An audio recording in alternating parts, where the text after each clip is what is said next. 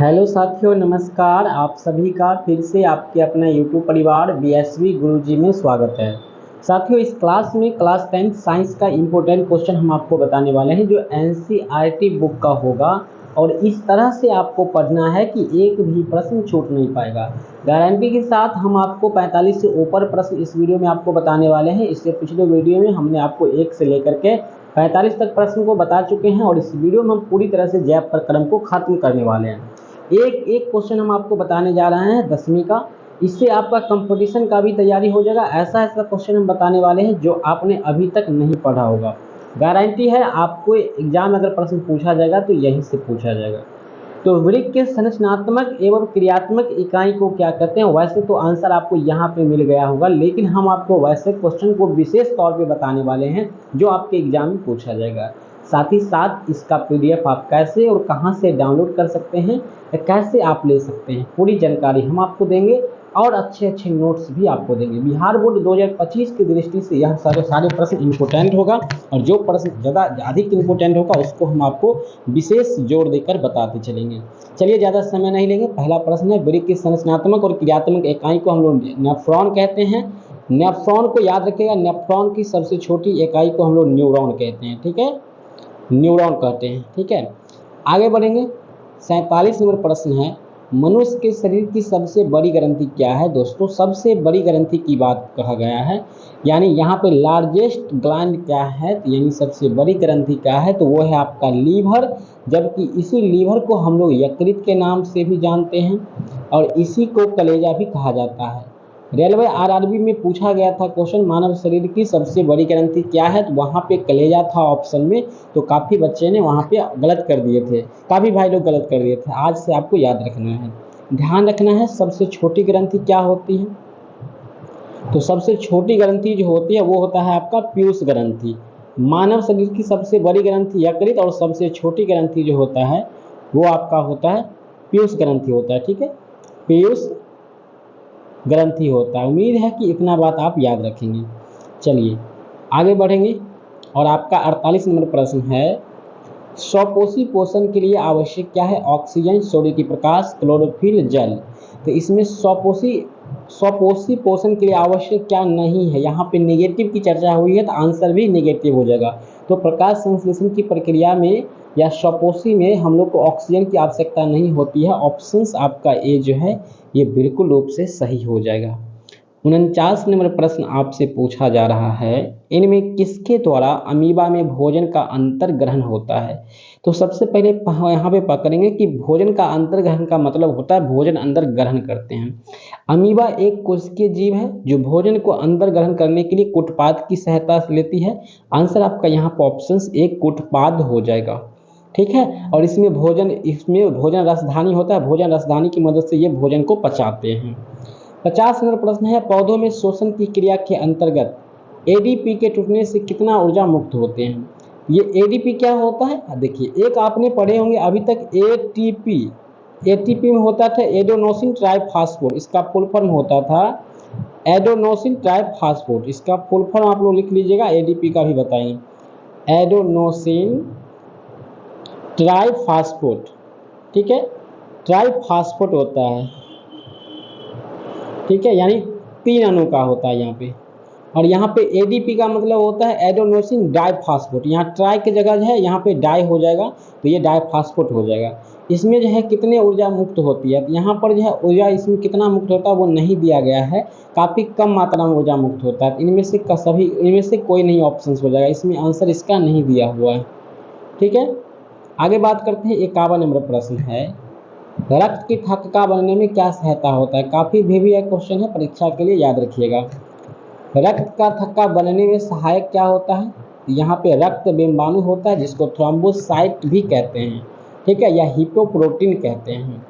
रक्त का थक्का बनने में सहायता करता है, उसे रक्त बिंबाणु या थ्रोम्बोसाइट्स कहते हैं। ऑप्शन आपका जो है यहाँ पे सी करेक्ट हो जाएगा। अगला प्रश्न आपका है यहाँ पे 53 नंबर प्रश्न है, यहाँ पे 52 नंबर प्रश्न है, पाचन की क्रिया पूर्ण रूप से कहाँ होती है? तो पाचन की जो प्रक्रिया है वो सब पूरा कहाँ होती है? तो बचपन से पढ़ते आए हैं कि छोटी आंत में जो है पाचन की प्रक्रिया पूरी होती है। 53 नंबर प्रश्न है, छोटी आंत की दीवार में पाई जाने वाली ग्रंथियाँ से क्या स्रावित होता है? जो छोटी आंत में ग्रंथियाँ होते हैं उससे आंत्र रस स्रावित होता है और शक्कर एंटीरेक्टस ये निकलता है, यानी ए और बी दोनों चीज निकलता है। ऑप्शन आपका यहाँ पे डी जो है ये करेक्ट आंसर हो जाएगा। एक वयस्क मनुष्य में दांतों की संख्या कितनी होती है? चलिए जान लेते हैं। वयस्क मनुष्य में दांतों की संख्या कितनी होती है? तो 32 होती है, ठीक है, 32। वहीं बच्चों में दूध दांतों की संख्या 20 होता है, ठीक है। मिल्क टीथ की संख्या कितनी होती है? तो मिल्क टीथ जो होती है आपको बता दें 20 होती है, ठीक है, 20 20। 55 है। मछली के हृदय में कोष्ठों की संख्या कितनी है? यानी मछली के हृदय में कितने वैषम कक्ष होते हैं? तो 2 वैषम कक्ष होते हैं। मछली में कितना होता है? एकदम याद रखेंगे आप लोग, कितना होता है मछली में? 2 होता है, ठीक है। मछली में 2 वैषम कक्ष होता है, ठीक है, आपको एकदम याद रखना है। मछली में कितने वैषम कक्ष होते हैं? 2 वैषम कक्ष होते हैं। काफी भी क्वेश्चन है, एकदम याद रखेंगे, ठीक है। और मानव में 4 वैषम कक्ष होते हैं, ये बात में ध्यान रखेंगे। एकदम रूप से 55 नंबर क्वेश्चन को रट जाएंगे। 56 नंबर प्रश्न आपसे पूछा जा रहा है, स्वाद कलिकाएं, यहाँ पे है, स्वाद कलिकाएं कहाँ पाई जाती है? तो जीभ के ऊपर जो दानेदार संरचना होती है उसी को हम लोग स्वाद कलिकाएं कहते हैं। ये दोनों प्रश्न है परीक्षा के लिए रामबाण है, ठीक है। दोनों को आपको एकदम याद रखना है, जिह्वा पे रखना है। आगे बढ़ेंगे। 57 नंबर प्रश्न है, आमाशय के अग्रभाग को क्या कहते हैं?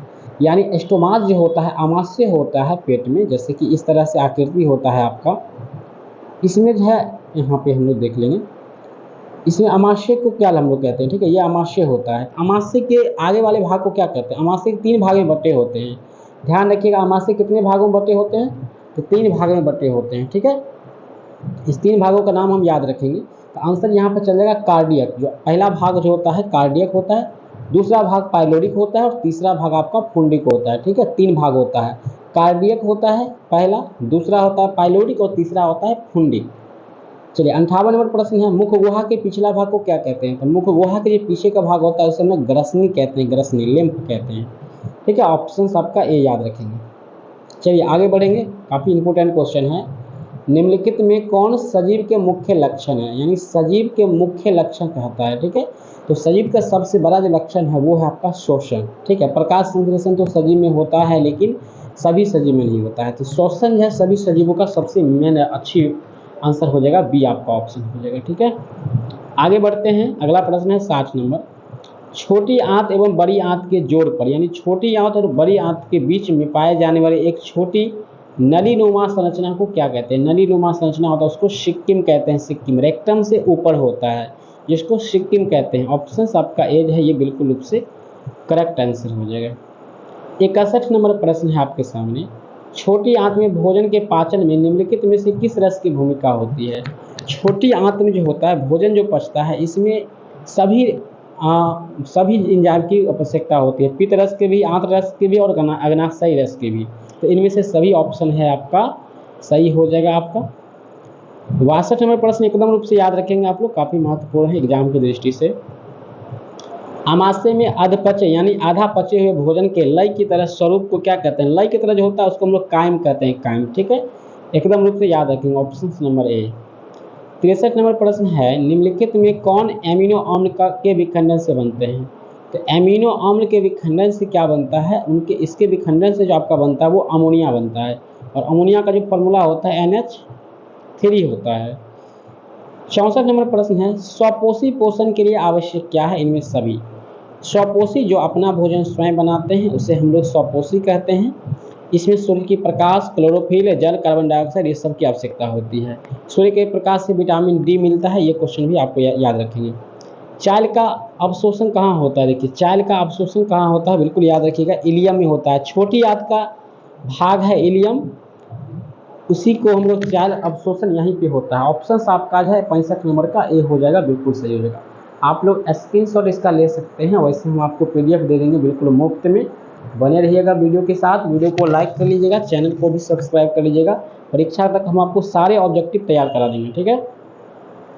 मनुष्य के आहार नाल की कौन सी रचना अवशेषी अंग है? तो अपेंडिक्स जो होता है, आप मान लीजिए कि कोई मानव है, मान लीजिए, ठीक है, यहाँ पे मानव है, ठीक है। तो यहाँ डांड पर जो होता है सबसे नीचे जो होता है पंजरा जिसको बोलते हैं, उसके नीचे में जो होता है एक अपेंडिक्स होता है जिसके बढ़ जाने से पेट बराबर दुखते रहता है। तो उसी को हम लोग अवशेषी अंग कहते हैं। मानव शरीर में लगभग 100 प्लस अवशेषी अंग है, 100 प्लस अवशेषी अंग है, जिसमें से आपका आँख का भाव हो गया, नाखून हो गया, कान में जो केस होता है वो हो गया, नाक के अंदर बाल उगते हैं वे सारे हो गए, अब अपेंडिक्स हो गया, ठीक है, पूछ होता था वो सारा खत्म हो गया। ये सारे जो है अवशेषी अंग है, जिसका शरीर में कोई उपयोग नहीं होता है उसे अवशेषी अंग कहते हैं। अगर क्वेश्चन पूछा जाएगा आपसे कि अवशेषी अंग किसे कहते हैं, 2 नंबर में पूछा जाता है, तो आपको बताना है कि मानव के जीवों के शरीर में पाए जाने वाले वैसे अंग जिसका कोई उपयोग, विशेष उपयोग नहीं होता है, उसे अपेंडिक्स कहते हैं और उसे अवशेषी अंग कहते हैं, जैसे अपेंडिक्स, नाक कान का बाल, नाखून इत्यादि। दांत अस्थि क्षय का क्या कारण, यानी दांत जो क्षय होता है उसका क्या कारण। सबसे पहला कारण तो मीठी चीज़ खाना, दांतों का सफाई नहीं करना, इससे भी दांत अस्थि क्षय होता है, यानी दांत जो है खराब हो जाता है, वो क्या कारण हो सकता है। बैक्टीरिया द्वारा अम्ल का निर्माण करना, इसमें से सभी हो जाएगा। ऑप्शन आपका है यहाँ पे डी जो है आपका बिल्कुल रूप से राइट हो जाएगा, सही हो जाएगा आंसर, ठीक है। चलिए 68 नंबर प्रश्न है आपके सामने। डेंटाइन के ऊपर दांतों की सुरक्षा हेतु पाए जाने वाली कठोर परत को क्या कहते हैं। डेंटाइन जो दांत के ऊपर पाए जाते हैं, दांत को ही कहते हैं, दांत डेंटाइन का बना होता है। हम लोग का दांत जो है किसका बना होता है, डेंटाइन का। और डेंटाइन के ऊपर जो पीले कलर का एक कठोर परत पाई जाती है उसे हम लोग दांत का इनामेल कहते हैं।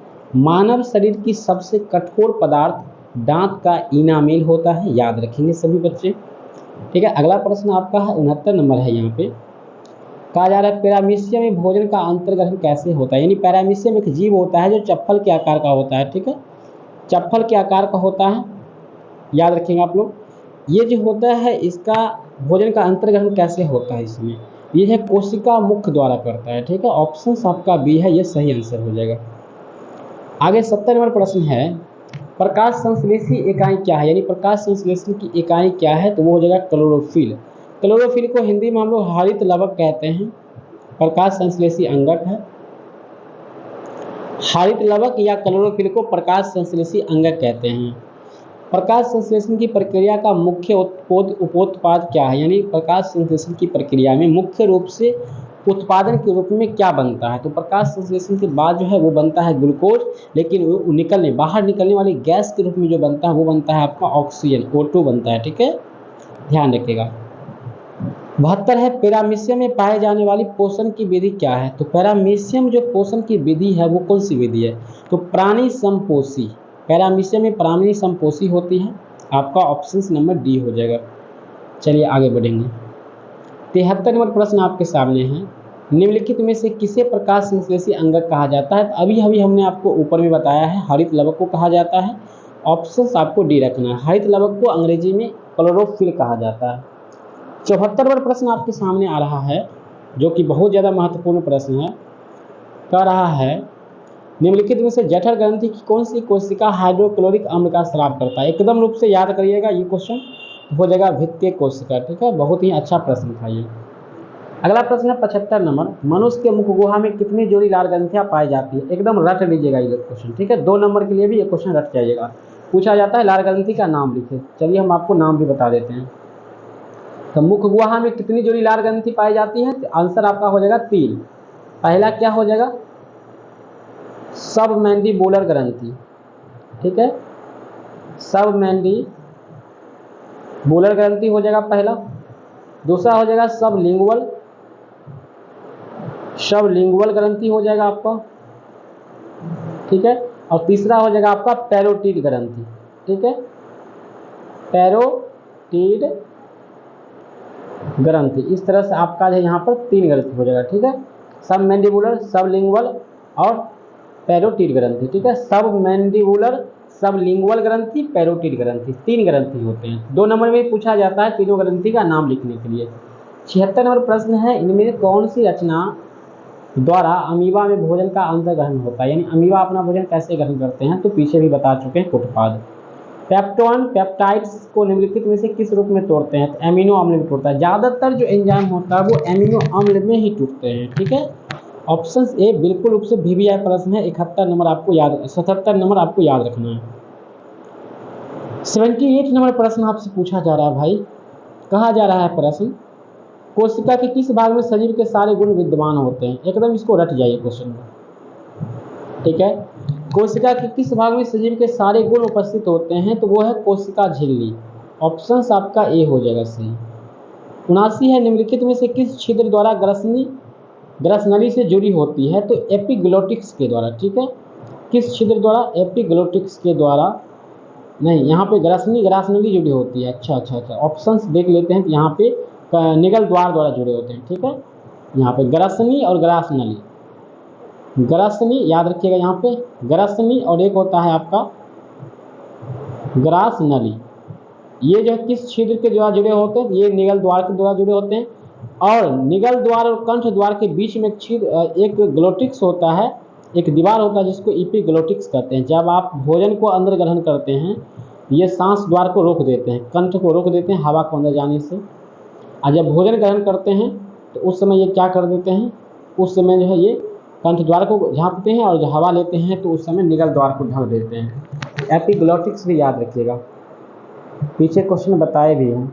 अमीबा का मुख्य भोजन क्या है दोस्तों? अमीबा का जो मुख्य भोजन है वो शैवाल के टुकड़े, डायटम, कोशिकीय जीव, बैक्टीरिया, अर्थात इनमें से सभी भी ऑप्शंस हो जाएगा यहाँ पे आपका। ठीक है, ऑप्शंस आपका डी जो है इनमें से सभी हो जाएगा।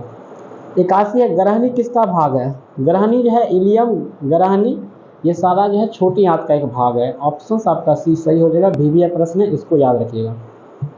ठीक है, अमीबाओं का भोजन क्या होता है ये भी आपको याद रखना है। आगे जो वीडियो आने वाला है वो हम केमिस्ट्री का वीडियो लाने वाले हैं, जो कि बहुत ज़्यादा इंपॉर्टेंट होने वाला है। ठीक है, सभी लोग चैनल को सब्सक्राइब कर लीजिएगा। सोशल साइंस का आएगा वीडियो और केमिस्ट्री का भी आएगा। 82 नंबर है, वह विधि जिसमें जीव पोषक तत्वों को ग्रहण कर उनका उपयोग अपने वृद्धि और जनन के लिए करते हैं, उन्हें क्या करते हैं? उन्हें पोषण करते हैं, न्यूट्रिशन करते हैं। ऑप्शन सी आपका बिल्कुल सही आंसर हो जाएगा। तो इस तरह से प्यारे हमने आपको सारे प्रश्न बता दिया है। जैव प्रकरण से संबंधित एक भी ऐसा प्रश्न नहीं होगा जो आपको एग्जाम में छूट जाएगा। अगर आप इस दो वीडियो को देख लेते हैं, जो कि प्ले लिस्ट में सेव कर दिए हैं, 100% मैं बता रहा हूँ कि इससे बाहर एक भी प्रश्न आपसे नहीं पूछा जाएगा। और ये NCERT साइंस है, इसलिए सारा प्रश्न जो पूछा जाएगा NCERT बुक से ही पूछा जाता है। ठीक है, अगला जो चैप्टर हम लोग का आने वाला है NCERT बुक का लेसन 2 आएगा, जिसका नाम है नियंत्रण एवं समन्वय। इसका सभी क्वेश्चन आंसर हम आपको बताने वाले हैं। PDF अगर आपको लेना है तो अगर आप PDF डाउनलोड करना चाहते हैं तो गूगल को ओपन करना है और आप लोग को वहाँ भी सर्च करना है MNC क्लासेस। यहाँ पे आपको MNC क्लासेस सर्च करना है, फिर आपके सामने इस तरह का पेज ओपन होता है। इसमें आपको आ जाना है। यहाँ पे आपको देखिए BSB का सारा अपडेट बिहार बोर्ड का मिल जाएगा। 10वीं बोर्ड 2025 की तैयारी कर सकते हैं, 12वीं की तैयारी कर सकते हैं। और डेली आप लोग ऑनलाइन टेस्ट जरूर लगाइए। ठीक है, आप लोग को टेस्ट लगाना बहुत ज़रूरी है। मॉडल पेपर भी यहाँ से आप लोग चेक कर सकते हैं। तो अगर आप PDF डाउनलोड करना चाहते हैं तो BSB अपडेट्स को क्लिक कर लेना है। अब यहाँ क्लिक करेंगे तो यहाँ पे आपको सारा चीज़ मिल जाएगा। ठीक है, क्वेश्चन पेपर भी वायरल वाला मिल जाएगा। ठीक है, यहाँ पे आपको क्लिक कर लेना है और टेलीग्राम का लिंक मिल जाएगा। आपको किसी भी न्यूज़ के अंदर आ जाना है, टेलीग्राम का लिंक मिलेगा, आपको टेलीग्राम ज्वाइन हो जाना है। जब आप टेलीग्राम ज्वाइन हो जाएंगे तो वहाँ से आपको सारे क्वेश्चन पेपर जो है आसानी से दे दिया जाएगा। ठीक है, आराम से आप लोग क्वेश्चन पेपर डाउनलोड कर सकते हैं। और हमने क्वेश्चन दे भी दिए हैं, तो टेलीग्राम ज्वाइन हो जाइए, या फिर आप हमें व्हाट्सअप मैसेज कर सकते हैं, हम वहाँ से आपको सारे प्रश्न दे देंगे। मिलते हैं दूसरे वीडियो में, तब तक के लिए जय हिंद, वंदे मातरम।